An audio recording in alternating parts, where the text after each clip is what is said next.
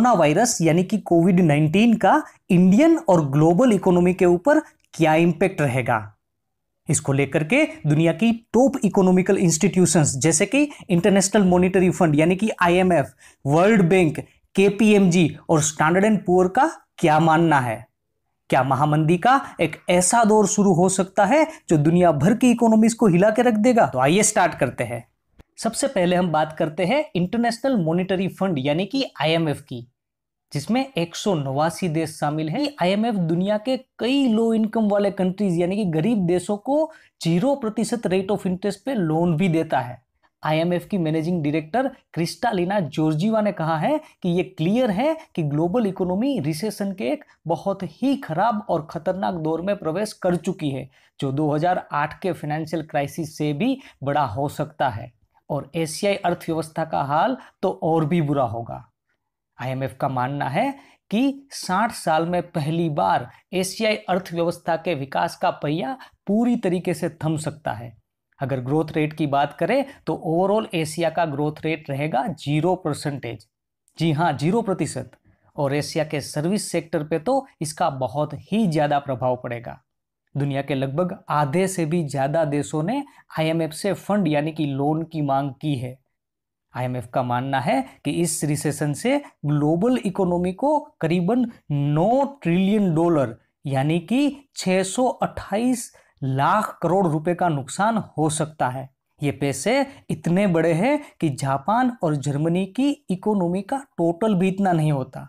इससे आप अंदाजा लगा सकते हैं कि हालात कितने बुरे हो सकते हैं। वर्ल्ड बैंक के प्रेसिडेंट डेविड मेलपास ने हाल ही में कहा है कि यह क्राइसिस दुनिया भर को इम्पैक्ट करेगा, लेकिन गरीब देश और उसके लोगों पर इसका सबसे ज्यादा इम्पैक्ट होगा। वर्ल्ड बैंक ने यह भी कहा है कि एशियाई देश जैसे कि भारत, श्रीलंका, नेपाल, भूटान और बांग्लादेश में आर्थिक विकास दर तेजी से नीचे आएगी और पाकिस्तान, अफगानिस्तान और मालदीव जैसे देश बद से बदतर मंदी में घिर जाएंगे। KPMG जो कि दुनिया की टॉप 4 अकाउंटिंग ऑर्गेनाइजेशन में से एक है, उनकी चीफ इकोनॉमिस्ट कॉन्स्टेंस हंटर ने हाल ही में अपने टीवी इंटरव्यू में बोला था कि ये इकोनॉमिक क्राइसिस 1930 के दी ग्रेट डिप्रेशन की, जिसमें दुनिया के 25% लोग बेरोजगार हुए थे, उससे भी खतरनाक हो सकती है।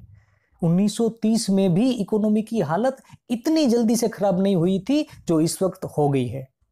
दुनिया की टॉप 3 ग्लोबल रेटिंग एजेंसीज में से एक स्टैंडर्ड एंड पुअर के मुताबिक कोविड-19 का इकोनॉमी पे हमने जितना सोचा था उससे कई गुना ज्यादा इम्पैक्ट पड़ेगा। सर्विस सेक्टर, छोटे बिजनेसेस और लग्जरी कंज्यूमर स्पेंडिंग यानी कि ऐसे बिजनेसेस जिसमें लग्जरी आइटम्स जुड़ी हुई है, उनको आने वाले दिनों में बहुत ज्यादा मुश्किलों का सामना करना पड़ सकता है।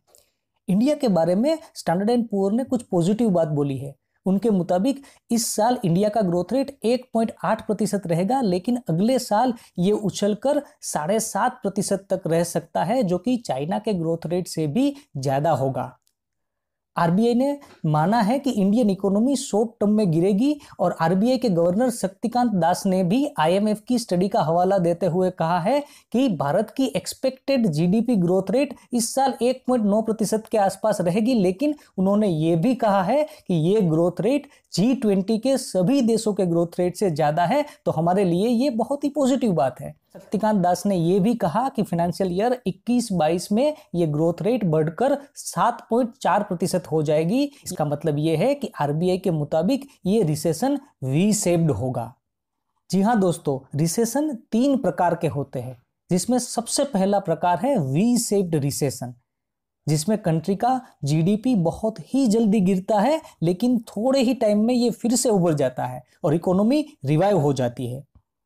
दूसरा प्रकार है यू शेप्ड रिसेशन, जिसमें GDP बहुत ही जल्दी गिरता है लेकिन फिर धीरे धीरे करके रिकवर होता है, यानी कि इकोनॉमी को रिवाइव होने में टाइम लगता है।